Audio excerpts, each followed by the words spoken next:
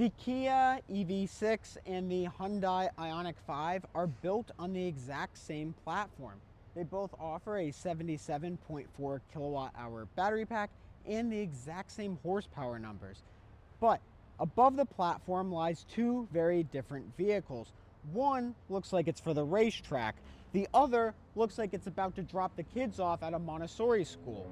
But which one is best for you? Today we'll dive into the Kia EV6 Wind and the Hyundai IONIQ 5 SEL, and we'll discover which one will suit your needs the best.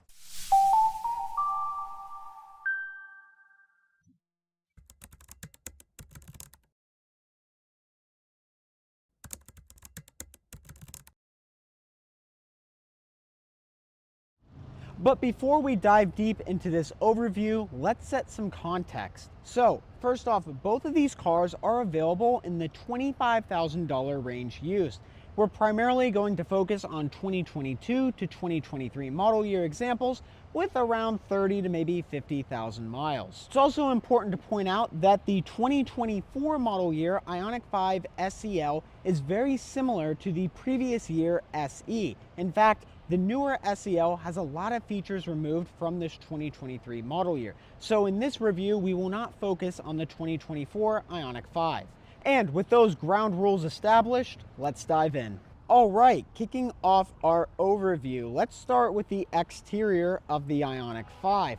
But before we get ahead of ourselves, there are two main factors that are similar between both the IONIQ 5 and the EV6. And those two factors are first the ground clearance. Both of these crossovers offer 6.1 inches of ground clearance, which is on the lower side for a crossover. And then that second factor is the wheel size. So both of these cars offer Aero-inspired 19-inch wheels. If you get an all-wheel drive limited IONIQ 5, then the wheels get increased to 20 inches. And likewise on the EV6, if you get the GT line, you will also get larger wheels. And as for the exterior, those are the only similarities. Now let's get into the differences. Starting off, we get these really cool pixel LED headlights, and our blinkers are located lower in the bumper right there. Surrounding the lower portion and wheels of the car, we get this textured plastic trim that gives this car a little bit of a rugged feel. Moving around the side, this lower trim continues, and then we get to the door handle. So on all IONIQ 5 trims, we have automatic retracting door handles. So whenever you unlock the car or get close enough to it, these door handles will pop out and then you can easily grab and open them. Around back, we get more plastic trim and then our LED taillights. And once again, they have that cool pixel theme. You also might notice this little H-Track badge. Now, if you get an IONIQ 5 and it's all-wheel drive, you will get H-Track to signify that this car has the dual motor setup. We'll get to powertrain in a bit, but if you want to identify an all-wheel drive one, just look for that little badge right there. We also get a little spoiler around back, and there's an air pass-through right here to improve our drag coefficient. And on the topic of drag coefficients, the IONIQ 5 has a drag coefficient of 0.288. This is slightly higher than the Kia EV6. It's also a little bit taller than the EV6 too. This car has a height of 63 inches. These slightly larger proportions deliver a slightly higher weight as well. So if you get the single motor rear drive version, the IONIQ 5 SEL weighs 4,420 pounds. And now we have the Kia EV6, and the first thing you'll notice with this design language is it looks a lot more low swung and sporty. This looks like a proper sports car despite being in more of a crossover form factor. We get these aggressive headlights and the blinkers are built into them as opposed to being part of the lower bumper. So all that is in one unit. And one of the other design factors that help make this car look really sporty is the trim. And unlike the IONIQ 5 SEL, we do not get that same textured plastic material either on the lower portion of the door or around the windows. So now we get this gloss black material, which helps make this car feel a lot sportier. It makes the car look like it kind of blends into the road because obviously this is really dark and it's kind of hard to tell where the bottom is. So when you see one driving, it looks like it's a little bit lower to the ground than it actually is. This is a really cool design cue that makes the EV6 look a lot sportier than the IONIQ 5. Another difference between the EV6 and IONIQ 5 are the door handles. So if you get an EV6, you actually need a GT line or higher to get the automatic retracting door handles. So if you have a Wind like this one right here, you have to press in on the left side and pull up on the right side, and then you can open the door. Around back, we get two-ish things. So first, we have the spoiler, like on the IONIQ 5, and we also get this really unique light bar around the rear. But the interesting thing with the EV6 is that we do not get an all-wheel drive badge. This is a rear drive model, so it wouldn't matter. But even if you get an all-wheel drive EV6, there's no way visually on the outside of the car to tell that it is in fact an all-wheel drive model. As for proportions and that sort of stuff, the EV6 is 60.8 inches high. This lower height helps give the EV6 a slightly better drag coefficient.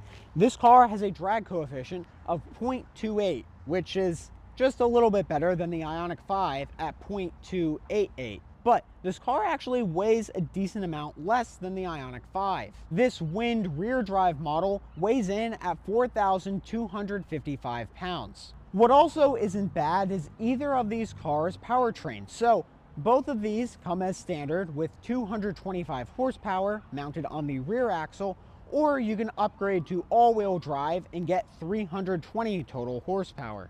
The single motor version can accelerate to 60 in the low 7-second range, and the all-wheel drive can do it in around 5 seconds. Thanks to its more aerodynamic form factor, the EV6 can actually travel a little bit longer on a single charge. This one can go up to 310 miles per the EPA, where the longest range IONIQ 5 SEL can do 303 miles. However, if we upgrade to all-wheel drive, the EV6's range gets slashed to 282 miles, and then the IONIQ 5 goes down to 266 miles. But to be totally honest, in real-world driving, I don't suspect you'll see that much of a range difference between these two cars. And when it comes time to recharge, both of these vehicles have incredibly fast charging speeds. The IONIQ 5 and EV6 both have the same 77.4 kilowatt-hour battery pack, and this battery pack is 800 volts, and that means you can charge really quickly. So when you stop at a 1000 volt DC fast charger and plug this car in, you have a maximum charge rate of around 235 to 240 kilowatts. But the charging curve is incredible on these cars, and you can charge from 10 to 80% in 18 minutes in either of these cars. This is truly class-leading charging times. In fact, I took an EV6 just like this one right here on a road trip down to Southern California last summer. I would simply get out of the car, plug it in, and by the time I would get my coffee, the car would practically be ready for me to continue on my road trip. If you're looking for a crossover with really fast charging times, look no further than the EV6 or IONIQ 5. One final note on charging is that both the IONIQ 5 and EV6 are V to L compatible. So that means if you have the correct adapter, you can plug it in there, and you can offload up to 1.9 kilowatts of power from the battery pack. This means you can potentially level 1 charge another EV from your IONIQ 5 or EV6's battery pack. That's sweet. So both the EV6 and IONIQ 5 charge really fast. That's cool. But what about the cargo space? So if you open up the tailgate on the IONIQ 5 or EV6, both of these cars have power operated tailgates. That's nice. What's even nicer is that the IONIQ 5 offers slightly more cargo space. So this IONIQ 5 has 27.2 cubic feet of storage. And we also get some lower load floor area right here where we can put our charging cables and other stuff. But the real takeaway here is that thanks to these boxier proportions, we can fit some more stuff in. The EV6 still offers plenty of storage space. However, it's limited to 24.4 cubic feet. This is actually a good bit behind some rivals in this segment like the Tesla Model Y, which offer 30.2 cubic feet. Nevertheless, we still have a small underfloor storage area where you can throw the cables or some valuables. Shifting our focus to the back seats of the IONIQ 5, once you get in back here, you'll be pretty pleased. So there's actually a good amount of space back here, and it's quite comfortable. These leatherette seats are perforated and they feel pretty nice. We also get a center armrest right here with 2 cup holders, and there are 2 USB-A ports, a small storage cubby, and some AC vents well within reach. If we look within this region, we actually get this nice cloth on the back of the seats, and this door panel is comprised of mostly good materials. We get this rubberized soft touch material up here, and we get nice leatherette armrests and this really cool pixelated pattern down here. The lower portion of the door is pretty much comprised of plastic, but there is one saving grace, and that is the ambient lighting. So we get an ambient light ring around the speaker and some ambient lighting that gets projected onto the upper portion of the door panel. It has a pretty cool vibe at night, and I'm not disappointed with it. When you sit inside the second row of the EV6, you'll notice that you sit down a lot lower than the IONIQ 5. I think that's because these rear seats are sloped backwards, so you feel like you're actually sitting down into them as opposed to sitting on them. And you can really see that with my leg angle. So my legs are angled more like they would be in a sedan as opposed to a crossover or SUV. There's a lot of similarities between the IONIQ 5 and the EV6 though. Namely, we get a center armrest with 2 cup holders, and these seats are perforated and also made out of a leatherette material. We get a totally flat floor, and there's an AC vent off to the left and the right. There are some differences too. Namely, we get USB-C ports on the back of the front chairs. And I don't even know what Hyundai was thinking putting in USB-A ports on a 2023 model year car. So seeing USB-C in a Kia product is quite refreshing. While we have some soft touch material right here and on this armrest area, most of this is plastic. So we get plastic up here, plastic down there, and plastic over here. It feels a little less premium than the IONIQ 5. Which is interesting because if you get an IONIQ 5 SE, this entire door panel is all plastic. So in this rare circumstance, the IONIQ 5 SEL actually has a little bit better materials on the door than the EV6. Up front in the IONIQ 5, you'll first notice that there is a good amount of space. So since we don't have a traditional center console, we got a lot of room up here, and that's pretty great because then you can throw your bags up there or perhaps a small box of squirrels.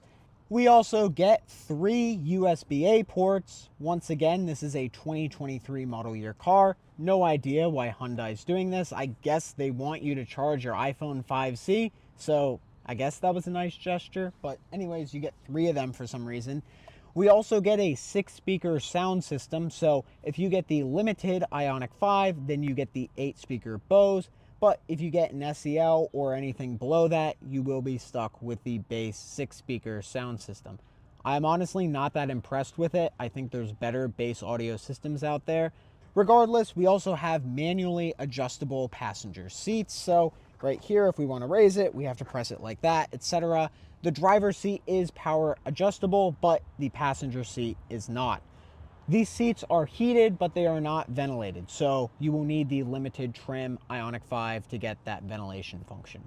So when you spiritually enter the cabin of the EV6, you'll notice that it feels a lot more sporty and aggressive in here. And I think that's because everything kind of points at the driver. So we have this center console right here, this climate control menu, which is angled towards the driver, and the center screen, which is kind of tilted in the same direction. We also get 2 cup holders, a wireless phone charger, and there are 2 USB-C ports in this car. That makes me happy. There is still a USB-A port, but I guess you can't get everything. So it's still there, lingering like my unread Venmo request to Robert for the Chipotle Bowl. Please pay. There's also a Meridian surround system, and this is 14 speakers, and it sounds pretty good. It's a lot better than the 6-speaker we get in the IONIQ 5 SEL, so if you're looking for a car with a really good sound system, I would probably orient your focus on the EV6 Wind. Both the driver and passenger seats are power operated, and they're also heated and ventilated, so in this car you'll be pretty comfortable on a hot summer day. The real only trade-off in this cabin is that there's no ambient lighting. As for tech, both of these cars offer virtually the exact same infotainment display, so there's really not many differences on the tech front. Both of these vehicles offer Android Auto and Apple CarPlay, However, they both need a wired connection, so there's no wireless CarPlay in either of these cars. And if you're feeling a little chilly on a frosty winter day and you want to warm your hands, the steering wheel is heated in the IONIQ 5 SEL, unlike the EV6 Wind. Both cars offer some route planning through the infotainment system, though I'm not really impressed with either of them. However, there are some differences between both cars, which we'll hop into right now. That difference primarily focuses on the display located right below the center screen. In the IONIQ 5, the screen is primarily used for climate control. So if we want to change the temperature, we press up there, and we can also adjust the fan speed through this button right here. One caveat is if we want to activate the heated seats, we need to press this climate button, and then we get to this climate screen, and only then can we adjust the heated seats or the heated steering wheel in the IONIQ 5. It's just an extra layer of steps you need to go through to change an option. Still, the primary functions you'll use are through the screen, and at least we have a ton of buttons within reach. So volume's right there, and we can quickly access our camera by pressing that button, and boom, we got a reverse camera right up there. It works pretty well, but I think the EV6 has the upper hand. For instance, this screen defaults to climate control. So right here, we can change our temperature, our fan speed's right there, and everything is really easy to use. But the best thing is we have physical controls for our ventilated and heated seats. Simply press there for ventilation or there for heating. It's really easy to access. And if we had a GT line, the center button would be for the heated steering wheel. But a really cool thing with this screen is if we press this button. If we press there, this knob becomes our volume, and this one can change the radio station. We can also change songs with these buttons and quickly access our map, navigation, and other stuff. This screen will take a little time to get used to, but it works so well once you get the hang of it. You want to change volume? Press there. Temperature? There. Very easy to use. I like it a lot. What I also really like are the safety features on both of these cars. So the Hyundai IONIQ 5 has Hyundai Driving Assistant and the Kia has Highway Driving Assistant. But don't let that fool you, both of these systems are virtually the same. Both of these cars offer lane centering and adaptive cruise control, and you can even take your hands off the wheel for around 15 to 20 seconds on the highway before the system will tell you to put your hands back on. They really help alleviate the stress of highway driving, and I think they both work incredibly well. After having had tested a lot of these safety systems, I honestly think these two come out pretty high on my list. Both of these systems allow for concurrent steering, so say there's a truck who's really close to you, you can override the autonomous driving function and the system will not disable. So then you can move to the right of the lane and then let go of the wheel and it will center itself again. These systems work great, and I think they're awesome standard features to have. All right, now we're behind the wheel of the IONIQ 5. So the first thing you'll notice is that we have 3 drive modes. So it's Eco, Normal, and Sport, and this is the exact same in the Kia EV6. What's also the same is the regen mode. So we have level 0 through level 3, and then the final mode is iPedal, which is basically one pedal driving. I really like one pedal driving in here. I think it's very smooth. And those are the similarities. So we have very similar drive modes, very similar accelerator pedal feel, and also the one pedal driving. Now what's different is the steering. So when you're in this car, the IONIQ 5, the steering is pretty light, so it's very maneuverable. The seating position is also pretty high in here, so this feels like I'm driving a traditional crossover. And the suspension is really soft in this car. So when I drive over bumps, there's not really much intrusions into the cabin, and it's a pretty refined system. Some cars have choppier suspension that doesn't really handle bumps that well, but this car does it really well, and I'm honestly pretty impressed with the driving quality. The cabin's pretty quiet too, and this just feels like a really well put together vehicle. If you're looking for a nice to drive crossover, the IONIQ 5 will not disappoint at all. It's a very comfortable car to be in, and I like the driving experience a lot. All right, it's EV6 time. So first impressions, very similar to the IONIQ 5. Now, the main differences are in the suspension. So this suspension is a little bit more taut than the IONIQ 5, so you feel bumps a little bit more. However, you do have less body roll and this car feels a lot more stable in corners. Not saying the IONIQ 5 isn't, but this just feels a little bit better to drive if you're going to be hustling it on a country road. The steering isn't significantly more sporty, but it does feel a little bit heavier than the IONIQ 5. But regardless, this car is very similar to the IONIQ 5. You just sit a little bit lower, the suspension is a little bit stiffer, and the steering might feel a little bit more tight. I think the IONIQ 5 is a little bit more comfortable to drive, but if you want something a little bit sportier, I think the EV6 definitely nails that. And now it's final verdict time, IONIQ 5 or EV6. So, to make a decision, there are three main factors. The first is design. Would you like something with more traditional proportions? Then the IONIQ 5 is for you. It offers a little more storage space as well, and it looks more like a traditional SUV. Or do you prefer something more low swung? The EV6 looks more like a sporty hatchback, and it has a little less cargo space as a side effect. Next up is the driving feel. Do you want something with more comfortable suspension that's great for taking the kids to soccer practice? Or do you want something that's more sporty that you can take on country roads? The EV6 definitely has a little more sporty demeanor to it than the IONIQ 5, so if that's something you care about, then you should gravitate towards either one of these cars. And finally, what features do you want? So if you want a heated steering wheel and ambient lighting, then the IONIQ 5 should be for you. But if you want ventilated seats and a Meridian sound system, then you should consider the EV6. In end, I think these are two really compelling electric crossovers. They both offer solid range and incredible charging capabilities. Especially if you want to find a used option in the mid $25,000 range, I think the IONIQ 5 and EV6 are two solid choices. Thanks for watching.